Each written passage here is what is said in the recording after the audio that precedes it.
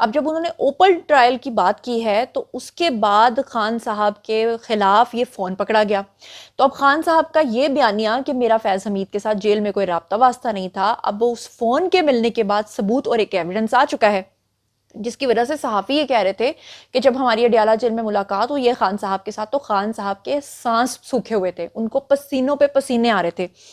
اب جب خان صاحب نے یہ بات کہی کہ فیض حمید کا اوپن ٹرائل ہونا چاہیے تو اس کے اوپر جو سیکیورٹی ذرائع ہیں انہوں نے خان صاحب کو ان کی اوقات یاد کروائی اور خان صاحب کو بتایا کہ یہ جو آپ دوسروں کے بارے میں اس طرح کے بیانات دیتے پھرتے ہیں، آپ کی اپنی اوقات کیا ہے.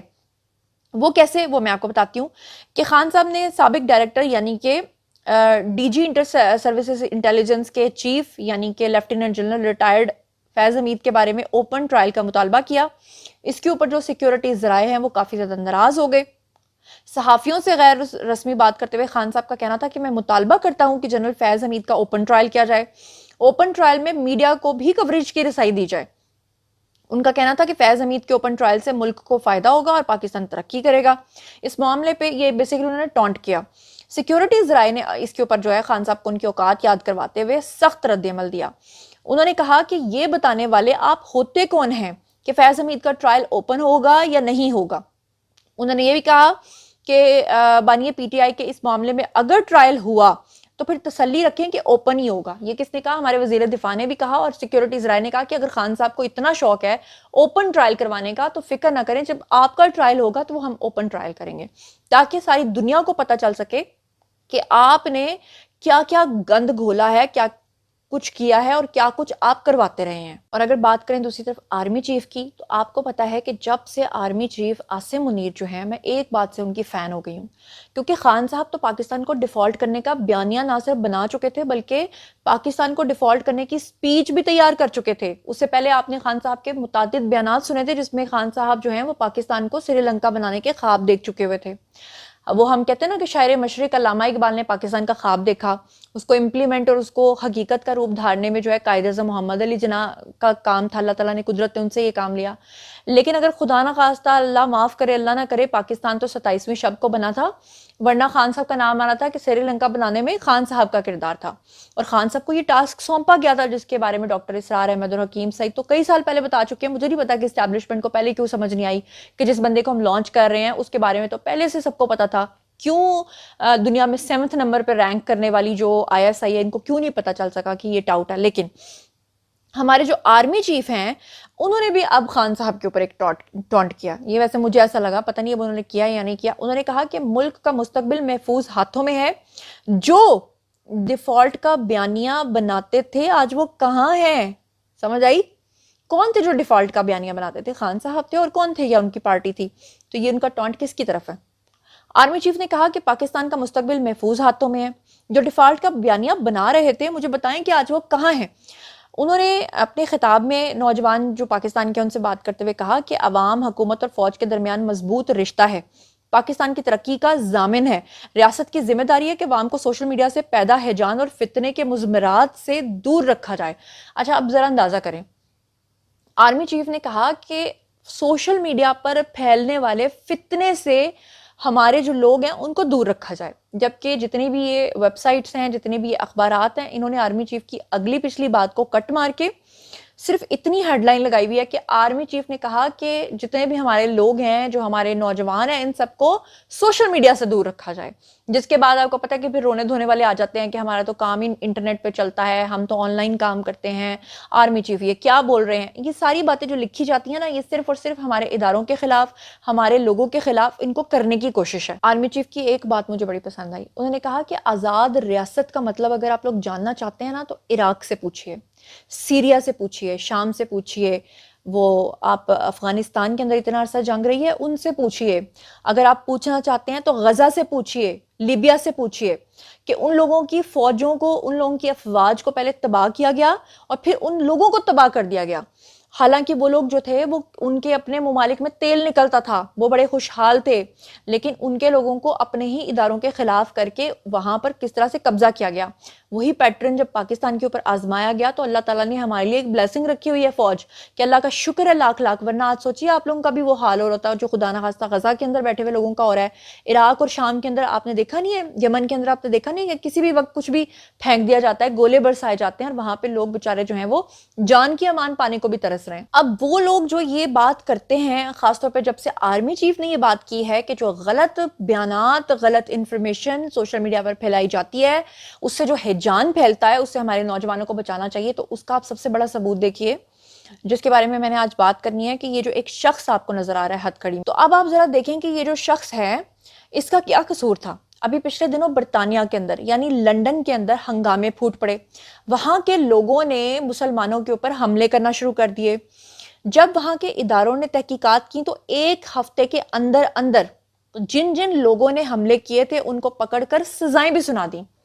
ویسے ایک بات ہے کہ یہ سوال جو ہے نا میں پوچھنا چاہتی ہوں ڈی جی آئی ایس پی آر سے بھی پوچھنا چاہتی ہوں، آرمی چیف سے بھی پوچھنا چاہتی ہوں، کہ مجھے یہ بتائیں کہ آپ لوگ جب بھی کور کمانڈر کانفرنس کرتے ہیں تو اس میں آپ لوگ کہتے ہیں کہ جناب ہم نے 9 مئی کے کلپریٹس کو نہیں چھوڑنا، جبکہ برطانیہ کے اندر جن لوگوں نے یہ فساد مچایا تھا ان کو ایک ہفتے کے اندر اندر سزائیں ہو گئی ہیں۔ اب میرا سوال یہ ہے کہ یہ جو ایک شخص آپ کو نظر آ رہا ہے یہ پاکستان لاہور کے اندر بیٹھا ہوا تھا، اس کا نام بھی آپ کو بتا دوں، اس کا نام فرحان آصف ہے، اس کو یہاں سے پکڑ کر برطانیہ والے لے گئے ہیں۔ پتہ کیوں؟ کیونکہ ان کا کہنا یہ ہے کہ جس وقت برطانیہ کے اندر ہنگامے پھوٹے ہوئے تھے یہ پاکستان کے اندر بیٹھ کر فیک نیوز پھیلا رہا تھا۔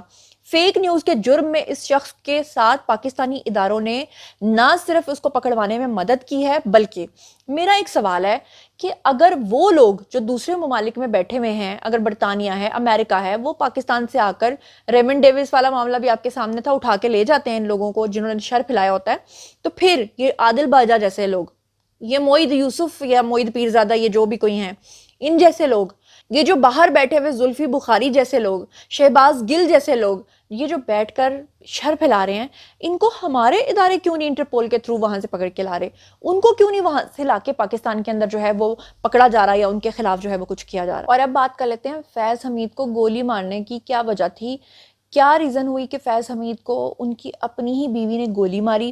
اچھا میں آپ کو ایک بات بتاؤں کہ آپ کو یاد ہوگا کہ آج سے کچھ عرصہ پہلے حامد میر نے ایک جلسے کے اندر، ایک تقریب کے اندر شرکت کی تھی، بلکہ ایک جلسہ یا دھرنا ٹائپ تھا، وہاں پر حامد میر نے سب سے پہلے اس واقعے کا ذکر کیا تھا اور وہاں پر انہوں نے فیض حمید کا نام بھی لیا تھا۔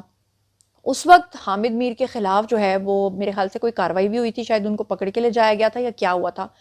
حامد میر کی منافقت تو ایک طرف ہے، میں مانتی ہوں کہ وہ بہت ساری باتوں کے اندر بہت زیادہ غلط آمیزش کرتے ہیں، لیکن اس وقت یہ جو واقعہ تھا اس کو سننے کے بعد جو ہے لگتا یہی تھا کہ یہ بات غلط ہے، ایسا نہیں کبھی ہوا ہوگا۔ لیکن اب یہ اسدار چودھری ہیں جی، انہوں نے بھی ٹویٹ کی ہے اور اس کے اوپر اور بھی بہت سارے لوگ جو ہیں یہ واقعہ سنا چکے ہیں اور ایز اٹ از سیم یہ واقعہ سنا چکے ہیں۔ اگر تو یہ واقعہ غلط ہے تو میں پہلے سے معافی مانگ لیتی ہوں، لیکن انہوں نے کیا لکھا ہے، کیا سنایا ہے، یہ ایز اٹ از میں اتنے لوگوں کے منہ سے سن چکی ہوں کہ میں چاہتی ہوں کہ ایز اٹ از میں آپ کے سامنے رکھوں۔ اب یہ اسدار چودھری لکھتے ہیں، انہوں نے کہا کہ جنرل رانی کی بیٹی فخر عالم کی ماں عروسہ عالم، جو کہ بھارتی پنجاب کے وزیر اعلیٰ کیپٹن امرندر سنگھ کی اعلانیہ گرل فرینڈ تھی۔ وہ کہتے ہیں کہ اس کی جنرل فیض حمید کے ساتھ مبینہ قابل اعتراض حالت کی ویڈیو کسی نے بنا کر فیض حمید کی بیٹی کو سینڈ کر دی۔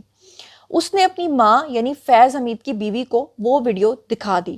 فیض حمید کی بیوی ان دنوں ویل چیئر پر تھی۔ اس نے فیض حمید کو گھر آنے پر گالیاں دیتے ہوئے پسٹل نکالا اور فیض حمید کو گولی مار دی۔ فیض حمید پلٹ کر بھاگا تو اس کی تشریف پر گولی لگ گئی۔ فیض حمید پنڈی سی ایم ایچ کے اندر کئی ہفتے تک زیر علاج رہا۔ ایسا کردار تھا بدبخت، یہ لکھا ہے اسدار چودھری نے۔ اب اس میں کتنی سچائی ہے اور کتنی سچائی نہیں ہے یہ تو اللہ جانتا ہے، لیکن حامد میر کی منافقت، یا اللہ تیرا آسرا، حامد میر وہ شخص تھے جنہوں نے سب سے پہلے یہ واقعہ جو ہے آن سکرین ادھر کھڑے ہو کر سنایا تھا، لیکن آج وہی حامد میر جو ہیں ان کو مبینہ طور پہ ادھر ادھر سے کچھ مل گیا ہے تو حامد میر صاحب اب یہ کہنے پر مجبور ہو گئے ہیں کہ وہ فیض حمید کو ڈیفینڈ کرتے پھر رہے ہیں۔ وہ کہہ رہے ہیں کہ فیض حمید کے اوپر جو ہے وہ تشدد ہو رہا ہے جیل کے اندر، فیض حمید کو مارا جا رہا ہے۔ تو فیض حمید کو کوئی گولی مار رہا ہے, کوئی جا کر اس گولی کے واقعے کو بیان کر رہا ہے, اور اب وہ کہہ رہا ہے کہ فیض حمید کے اوپر جیل کے اندر تشدد ہو رہا ہے. فیض حمید کے بارے میں سٹوری کو بریک کرنے میں جو حامد میر کا کردار تھا وہ بھی میں نے آپ کے سامنے رکھ دیا ہے. فیض حمید کے بارے میں اب جو تشدد کی باتیں کر رہا ہے وہ بھی حامد میر کر رہا ہے. یا منافقت تیرا آسرا. اور جاتے جاتے ایک اور بڑی اہم خبر آپ کے ساتھ شیئر کر رہی ہوں. یہ خبر اس وقت جیو پر بھی آ چکی ہے, شاہزیب خانزادہ کے پروگرام میں بھی آ چکی ہے. یہ جاوید اقبال نے اس پہ ٹویٹ بھی کیا. انہوں نے کہا کہ جنرل فیض حمید تفتیش میں تعاون کر کے مزید گرفتاریاں کروا رہا ہے. الیکشن سے متعلق کمشنر راولپنڈی کا بیان جو آپ کو یاد نہ آیا تھا, اس کے تانے بانے بھی فیض حمید سے مل رہے ہیں. ججز اور صحافیوں کے بارے میں معلومات سامنے آنے والی ہیں.